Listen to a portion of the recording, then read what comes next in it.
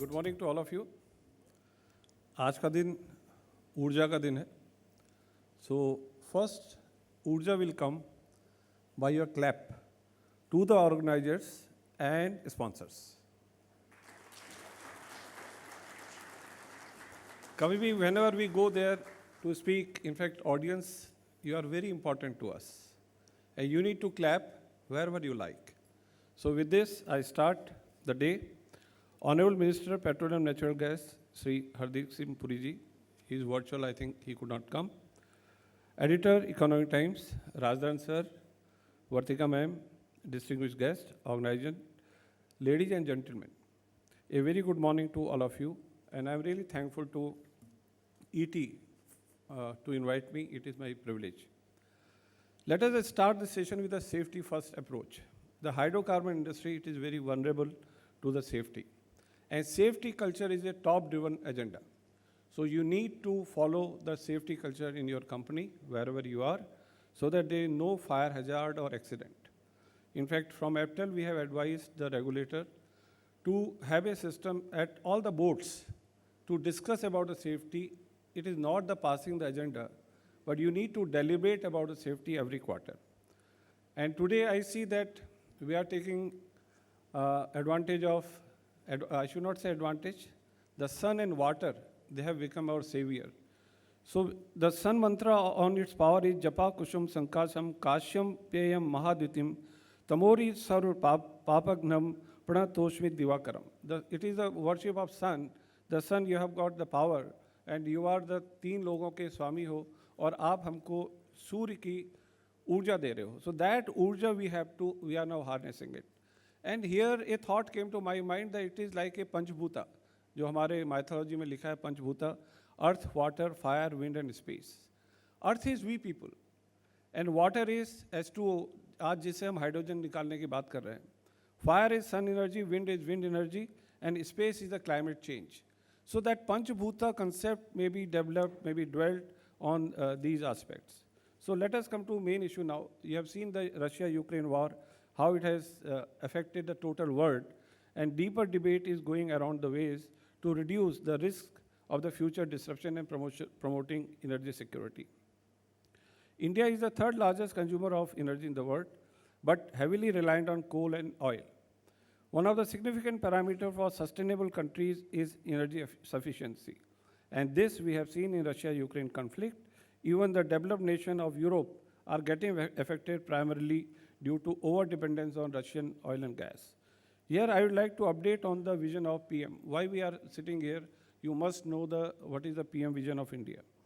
India's energy plans aim to ensure energy justice while fully following India's global commitment for sustainable growth. This means more energy is needed to improve lives of Indians with a smaller carbon footprint. He envisioned India energy sector as a growth-centric, industry-friendly and environmentally conscious. The Prime Minister said, like the 7 horses driving the chariot of sun god, India's energy map will have 7 key drivers. They are very important. Accelerating our efforts to move toward the gas-based economy, cleaner use of fossil fuels, greater reliance on domestic sources, achieving the renewable targets of 450 gigawatt by 2030, increasing in contribution of electricity to decarbonize mobility, moving into emerging fuels including hydrogen and digital innovation across the energy system. So today we are, in fact, in the, what they say that it's a trilemma, triad of gas, renewable and hydrogen. And what is required is energy justice with a climate justice. Energy justice means energy to all, and climate justice means the energy which is not affecting or rather which is ameliorating the climate. So this is a food for thought to you think how we are going to do. So the energy basket of India primarily, as you know very well, just to set the context, I am just revising it. Energy is essential driver for economic growth, and our government is focusing on transformational changes that has led to expansion of cleaner and sustainable energy sources. Our primary energy basket consists of around 80% of fossil fuels, coal 46, oil 26, gas 6.5, and 20% of non-fossil fuel. Presently, India is third largest consumer of energy in the world, but heavily reliant on coal and oil. One of the significant parameters for sustainable countries is energy sufficiency. Even the developed nations of Europe are getting affected, and they are thinking, and all the countries, what I am seeing now, it's a tectonic shift of energy paradigm. And maybe a fewer alignment or misalignment is going to happen. And here you must know about the Indian economy also. Our Indian economy, India's combined import bill on fossil fuel may triple over the next 2 decades, with oil the most significant component, pointing to continued risk to India's energy security. Our present energy oil consumption around 214 metric million ton, only 30 to 32 million metric ton is met from the domestic production. It is around 14 to 15%. And rest of 83 to 85% requirement, it is getting met from the imports. Indian proven reserves of oil and gas are minuscule compared to the demand. The reservoir production ratio has been relatively constant since 1991. So net dependence on oil may continue to rise over the present 85%. So we need to think about what we should do. Coal is abundant. Our main sources are coal, oil, gas, maybe nuclear, maybe water, and maybe renewable. So coal is abundant with us, but that coal is not environment friendly. So we need to think about the use of coal as coal gasification. I think we have done, when we are in GAIL, we have started a project in Talcher for coal gasification. Such new projects, maybe at the massive scale, they have to come to utilize coal for other purposes. Now, gas is the natural gas is current energy mix among lowest globally, 6.5% in India, versus 24% is the global average. Out of the total natural gas consumption, 64 BCM, it is around 175 SCMD in 1920. Around 52% was met from the imports, LNG imports. And with the growing expansion, national gas grid and city gas distribution, this import will enhance, it will increase. So we need to think a solution. Now it has to be complemented and supplemented by renewables. On the renewable side, presently renewable account only around 4% of the electricity generation. Coal is close to 70%. With government strong push policy support, renewable energy target 450 gigawatt by 2030 may become reality. So we have to think about it, what we should do. Now question is how we should raise our gas portfolio from 6% to 15%. With a vision of gas-based economy, envisaging the share of 15% of our country mix, assuming primary energy mix reaching to the level of 1500 MTOE by 2030, the gas share will come around 700 SCMD. It's a huge thing. It's a huge thing. How this 700 will come, that we have to think. And estimated domestic gas production is around 164 SCMD. Hence, around 536, to be precise, is required to be imported to meet gas demand in the country. So issue is how the source of 500 to be met. We have, when we are in GAIL, then I used to tell about the people how you define this, any energy source. It has got 4 A's. The first A is called availability. Second A is called accessibility. Third is called affordability. And fourth A, recently we have, after climate change issue, acceptability to the environment. It should be a clean energy source, which we should adopt now. So this is the thing, and let me give you the perspective at this moment, that as I told you, the gas availability domestic around 50% and LNG around 50%. And other source of energy which I think we should have now, it is transnational pipeline. I did my PhD in Asian gas grid in 2009, where it was a deemed project connecting all the Asian countries throughout. So some of the limbs, like Tapi, we have started, but it has somehow stuck. India, Bangladesh, it is, I think government is working on it. It has to come. Bangladesh, Myanmar, it has to be seen. And Myanmar, China, already it is there. China is taking gas from Myanmar fields. And China, Turkmenistan, they have laid 3 lines. So what India is doing? India has to, in the geopolitical condition is better. So we need to source some gas. It is not some gas, it is around 75 to 100 million gas through transnational pipeline from our neighboring countries. And neighboring countries, which comes to my mind, I have done one study that how the Indian gas will be, the Atmanirbhar concept will come. it is either from the northeast, northeast having very good fields, and from the pipeline from Iran or Oman. So that is a line which will save around 100 million gas. It can come from this, and it has to come. There is no other source. If you have to at least get 500 million, 100 million should come from that side. Then accessibility. It is availability part. So gas is abundantly available. What you have to do, you have to source it either in the form of LNG or through the LNG transportation pipelines, or enhance the domestic production. So a complete portfolio of availability has to be ensured. Second part is accessibility. Accessibility, if you see, then it is how the accessibility is. One is your LNG plants. We are having sufficient LNG plants at this moment, around 150 MMCMD we can process, and 100 it is going to come, around 250 or 300 it will come. Some more plants will also come. So LNG regasification, no issue. Trunk pipeline, around 17,000 kilometers already we have laid, and future addition around 15,000 it is going to happen, around 32,500. So there is no issue in the trunk pipeline, which will transport. It is like national highway. National highway of the pipeline, it is available. Now you have to think about the state highway. State highway in the term of CGD or CNG network, already lot of 250 GAs has been given, and they are working on it. So they are available. Then we are having power sector, fertilizer, steel. Steel is one of the area which we have studied, that steel sector, how we can give gas to them. In fact, we had a meeting with the Tata in Jamshedpur when I was there. So they have made a model, and some affordability issue was there. So that need to be followed. And then a small city, the smart cities, they should have gas-based power plants.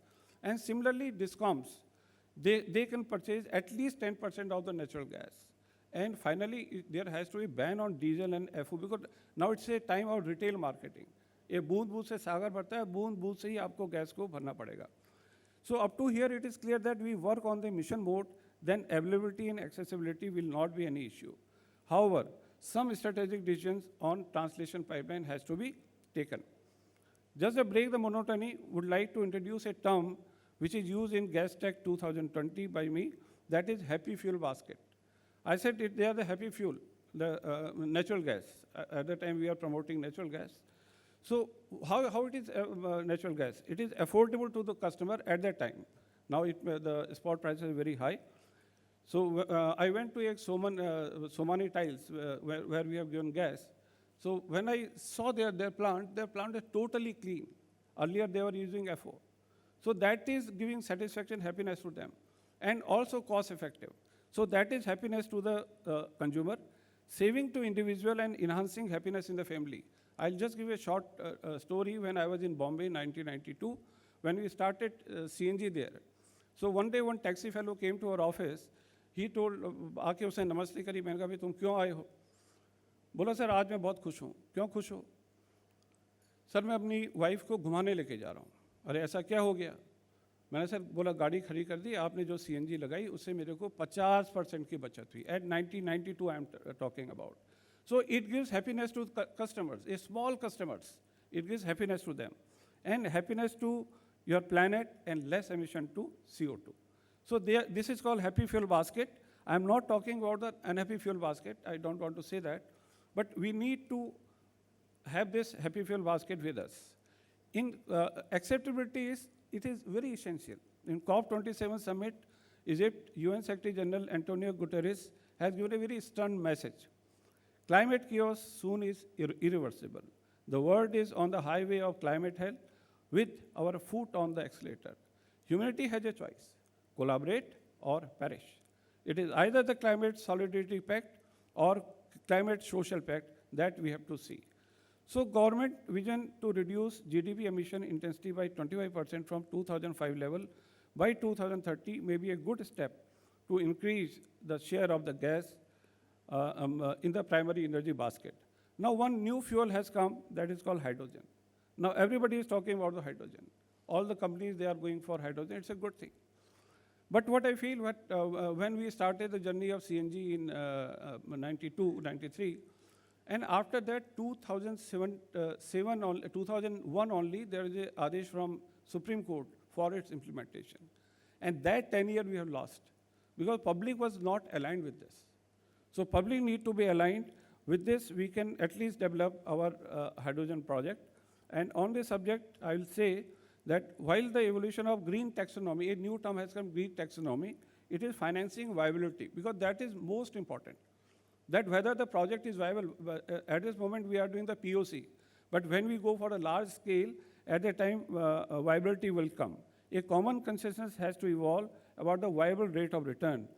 And a concept we want to give, and in fact I tried in GAIL also when we are doing some project, that we should have some, when we calculate the IRR should calculate the carbon social cost. We should take that also in account, that our project is viable and whether it is taking carbon utility cost also or not. Otherwise, your physical figures may go haywire. If you take 2 or 3% advantage to your IRR, then your project will become viable. Secondly, we take generally, Vartika is here, we take around 25 years of the project life. It is long down. It is, I think our ancestors have defined that. Now the health of the project is such a good thing that it goes easily up to 50 years. So why not to change this from 25 to 30 to 35 years, so that you can have a good IRR? It's a point of deliberation which you can deliberate. Similarly, the standardization of technology is required, stakeholder effort is required, and moreover the contracts, the contract management. Who are the contractors who are going to put this hydrogen plant? That competence, that need to be developed. It's a major issue which is coming. And hydrogen, one of the options is blending of hydrogen in transportation sector. So that is required to be given. And one term which, based on my experience, I can say, we need parenting of hydrogen. Hydrogen parenting is required from start till end, as we take care of our children at home. Similarly, hydrogen is a very nascent stage. You need to parent it at the policy level, at the execution level, maybe at the different level. And for any success, which we feel that there are 3 fellows in life. One is called Sherpa, other is called Sarthi, other is called Sahyog. So any fuel, anything, any mission needs 3 fellows. So you should have a good mentor or a good Sherpa for this to find a route, which route we should go. Otherwise, it will remain a policy. It will remain a policy. After 10 years, we say, "Bhaiya, hum fail ho gaya, ye ho gaya." Because CNG is a case study. How CNG came in India and how we did CNG in India, it's a total story. And that learning we should take about everything. Now I'll come to the final point, that is called affordability. Affordability is controlling the capital cost. You have to reduce the cost. How you reduce? One is you reduce the capital cost. Then tax regime has to be reviewed. I think government is doing something on it. Then production cost of gas. See, question is, your plant has to be efficient. Then only your cost will come down. And if plants are having inefficient, then your cost, you say, sir, मेरी तो cost $10 आ रही, $12 आ रही. And we have done a project in GAIL, that is a project Sanchay. And we saved around 300 crores to find out, we have rather taken out fat from everywhere. And we have rather enhanced in our gas efficiency at the plant level. So that we have done, that you have to do. And of course, the digital operation. As the study says, around 20 or 30%, we can save if we are having digital operation. So affordability has to be issues. And remember that the objective, what is the objective? It is to have a price commensurating with the requirement of the customer. You can have availability, you can have accessibility, but ultimately the consumer is not able to take what is the advantage. So that pricing you have to do. And now, since ET convener has told me something about APTEL, it may be some information to you that in APTEL, the tribunals are there. APTEL is a tribunal where we educate the disputes of regulator vis-a-vis client or anyone. And pendency of the cases in the court, why tribunal was made to have the faster justice. It's a faster education format. And 3 things we have introduced there. One is vision, justice in time. So we told ourselves, and in fact our legal counterpart, we are a bench, that, sir, we will do justice in time. And our timeline as per the act is around 180 days. And we try to conclude around 90 days. In PNG at least we try. And because issues are very small, we give decisions. We give decisions there. And taking a case and concluding it. We don't give many dates. We take a case and conclude it faster, and less deferment of cases due to unusual reasons. So finally, some of the takeaway I can give you that what we should do.